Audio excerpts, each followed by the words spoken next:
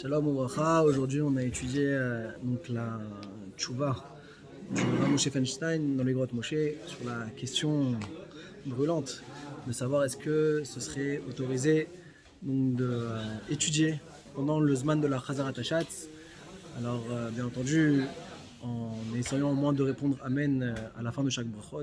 Est-ce qu'on pourrait être distrait par le Limud Torah ou même peut-être de parler de façon générale, sachant qu'on a vu à l'origine que cette takana de la Chazara elle a été faite pour les gens qui ne sont pas Bekim, qui ne savent pas lire. Donc nous qui, Baruch Hashem, avons appris à lire et savons prier, peut-être qu'on pourrait se soustraire à cette concentration de la Chazarat Hashat. Ça c'est la She'ela. Donc en conclusion, dans sa réponse, il rapporte que effectivement, c'est vrai que ça a été institué pour les Nam Bekim la Chazara. Mais à partir du moment où les Chazal ils ont fixé une takana qui est kavua, alors la conséquence elle est qu'on est tous impactés par rapport à cela. Et que donc ça a une portée sur tout le Tzibour et qu'on devra donc répondre à la Chazara et être concentré. Il ramène une ramification dans cette halakha-là, à savoir déjà est-ce que le Tzibour, il y a d'autres personnes qui répondent tous Amen et que c'est juste moi qui suis déconnecté de ça. Alors là, il y aurait le problème qui est rapporté par le Magen Avraham, à savoir que les gens ils vont commencer à apprendre de moi. Je vais être un exemple, un mauvais exemple. Que les gens ils vont s'habituer à dire que c'est pas obligatoire de répondre Amen, même si moi en vérité je réponds Amen au brachot. Donc ça c'est une notion plutôt de Maritaïn. Et il dit par contre, le Igrot Moshe, que ce serait carrément assourd si on est un Tibour Metzumtzam et qu'on est précisément que 10, que là ça deviendrait assourd, Meikar Adin.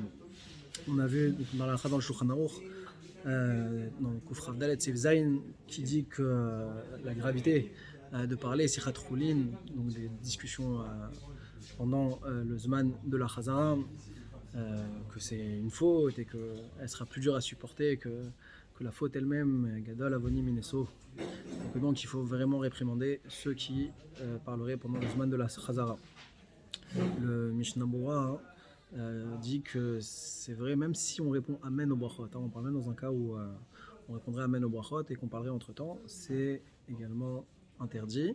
Il a rapporté également l'opinion du Shla, qui nous dit qu'il a vu des gens qui étaient exigeants sur eux-mêmes, qui pendant le Zman de la Chazara avaient leurs livres devant les yeux, ils écoutaient Mila Bemila pour se concentrer, comme s'ils étaient dans la Mida Belachash, ils avaient ce même comportement-là.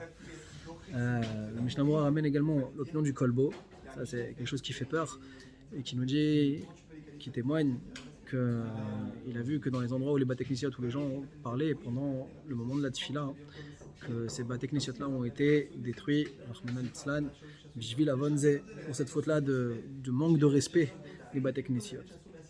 Bezrat Hashem, qu'Akadosh Baruch Hu nous aide à pouvoir respecter le makom, respecter les takanot des Chazal. Chazak U'Baruch.